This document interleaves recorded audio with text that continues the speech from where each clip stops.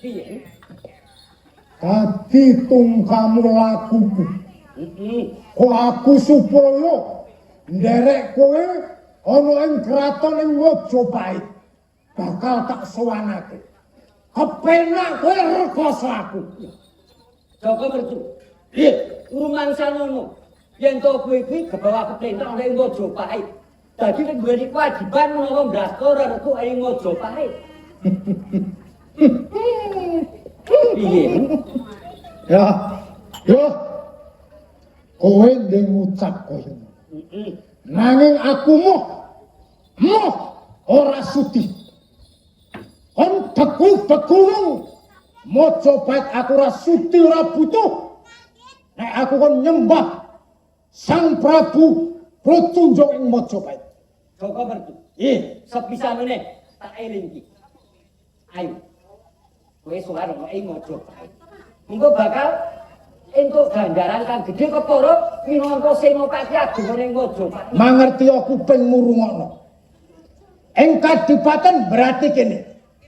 Aku sing kuwasa ning kadipaten. Joko mertu. Aku wis ganti jeneng. Lha kuwi Kebo Marcuet. Oh, tadi kowe malah detail dhewe-dhewe. Dadi adipati ora ngrati. Ya, jenengmu? Aku Kebo Marcuet. Adipati Kebo Marcuet ya aku iki. Kebo Marcuet. Sakarmu nek ngucap. Ala saya nyangka suaramu. Kowe salah sawijining kawula kang bisa mbrasta, disone ganjaran lah ora gelem iki. Sakarmu arep ndememel sakarmu. Kebo Marcuet. Ana teken nang pinggir kali ya Mas ya.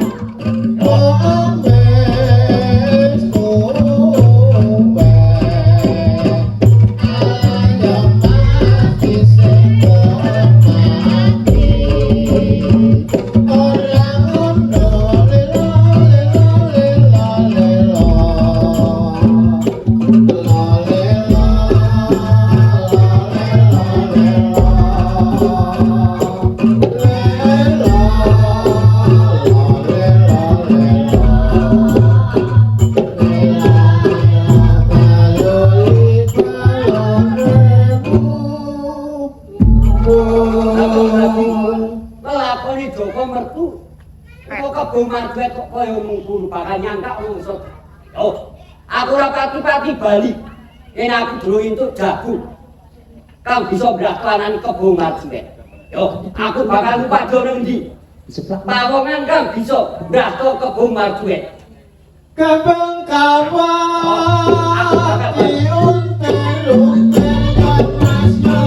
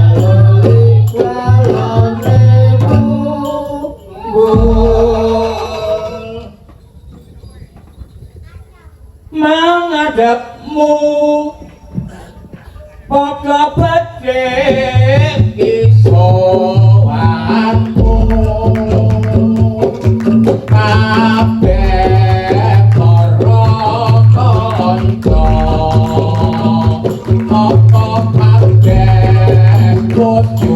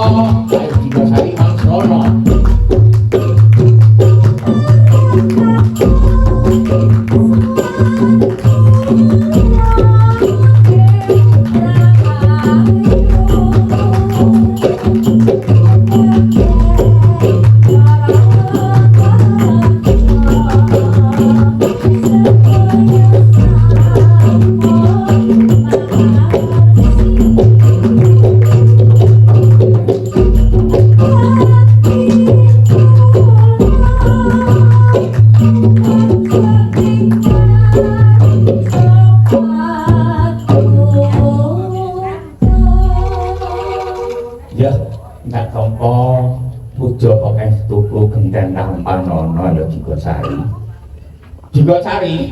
Injih ngusik ambek umi. Ora apa-apa wae dhewe aku mangan. Injih sangat anggen kula mugi injih piyajar. Nggih saben-saben kula menika marak sowan wonten ngersa panjenengan. Kula rak nggih mboten nate kesupen kula menika ngaturaken sugeng. Ya kaya ngono kuwi dadi bocah kudu bekti marang wong tuwa. Injih. Iya, anggonmu mereka para wanita-wanita ing nggambir seketiki rak ora ana sing kunci foto. Menika sampun pedamelan kula sak wanci-wanci to Ki. Kula ngarahke. Arahke opo? Niku lho jenenge klub nika dadi ya paling ngurani dadi agul-aguling para wanita. Wonten ing pertapan mriki niku rak angge saking panjenengan. Kula nampi dawuh. Ing menawi Ki Ajeng menika mundhut priksa perkawis pedhamelan kula lan ugi para wanita ning padepokan mriki kula sinten sampun boten badhe nguciwani. Ya syukur ya kaya ngono. Ya sampun rampung. Nek kabeh ya padha saras kabeh to para warga. Injih, pangestunipun Ki Ajar. Nggih.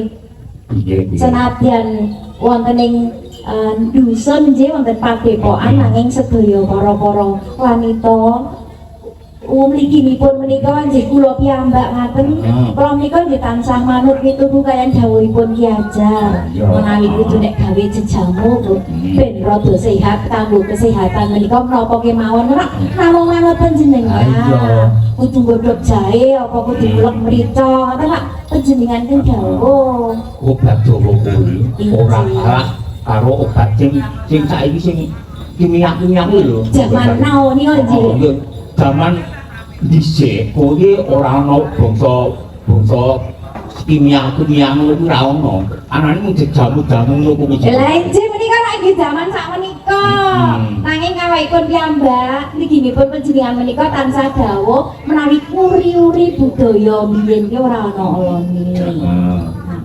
Nah, nyatanipun jejamu menika jamu-jamu ingkang panjenengan dalem dawuhaken ingkang ngeratik panjenengan menika wonten badan ugi sekeca kok jahe karo sore digodhog tambahi gula Jawa enak niku ngrayak banget anjir kowe tak sawang ketmu kok ora kamu rada susah ki apa ora ana dhewe kok piye ora ana panjenengan kok piye ha jenengan ini kok tahu aja lho kanmu tak sawang mboten kados ngaten iki nggih pripun nggih kula menika mapan wonten ing pertapan menika nderek kalian panjenengan.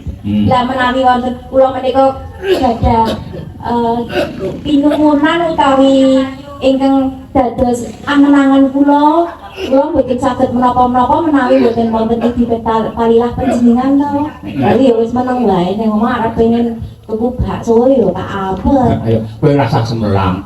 Sauga awake dhewe iki isih dipercaya karo Dinas Kebudayaan supaya nderek uri-uri kabudayan ana ing Kabupaten Sleman. Kaya iki sing entuk kenang awake mintas iki saka Dinas Kebudayaan Kabupaten Sleman. Mula awake dhewe kudu maturake panuwun karo Dinas Kebudayaan. Lah njen menika tentu ta, Njen. Ayo, ora dimriki ngaten lho iki. Kok mundur-mundur kene anune tak bujengke apa kepiye napane? Kok kerise apane? Aja kaya ngono, Masa ora duwe tekan po? Apa tertali? Ya, cek baku awake dhewe ning kene melu nguri-uri budaya lan nek babakan biro rasa diarep-arep nek dineki ya matur nuwun ora diwenehi Takoke. Lah yo ngono ya. Iki anakmu ki ning ndi kok ora ketok sowan. Barang. Heeh. Ya adat saben iki nek wancingaken menika ya wis bali. Ning mbok menawi sisih wetan menika sawah utawi pategilan ingkang sisih wetan menika dereng pun galuh. Dereng pun paculi mbok menawi mriku kalian para kanca-kanca. Yo muga-muga nang rampung es rampung ditanduri iso panen kanggo nguripi warga gambir seketi kene. Lah injil wong nyataripun si umbaran menika ya cekatan tenang kok cukat teng dinas nggon babakan gawean menapa kemawon menika merantasi lho Ki. Aku Kula menika percaya. jadi rasane ngati kula menika bombong ngaten lho. Duwe anak siji kok nyatane ora ngucilani iki to. Aku ya percaya karo Joko Umbaran kuwi. Angger tak wening ilmu mesti iso nangkep ngerti nangkep. Ah panjenengan menika lho kok terus nangkep saged anggenipun ngayahi ngresuki kalian dawuh panjenengan. Ayo kaya ngono. Ini nyatanipun bocahe ya rada anu kok pinter kok. Nggih. Iya, aku percaya nek Umbaran iki pinter. Ning Sing menika- apa pengulang tak wenehke bisa di Ane menika ugi panjenengan ing napa niki paring ora napa kemawon bab kanuragan, bab agama, upama panjenengan menika kesupen nyatanipun sedaya para warga ing padepokan mriki menika ugi tansah setya tunggu dumateng panjenengan nyatane lali wae yo tetep ditunggoni kok pripun kok. Ya kaya ngono kuwi dadi bocah ki sing setya tuhu marang guru. Umbaran kuwi yen tak wening ilmu babakan kanuragan, jaya kawijayan, tata negara dheweke bisa langsung nampa. Nggih nyerap ngaten nggih.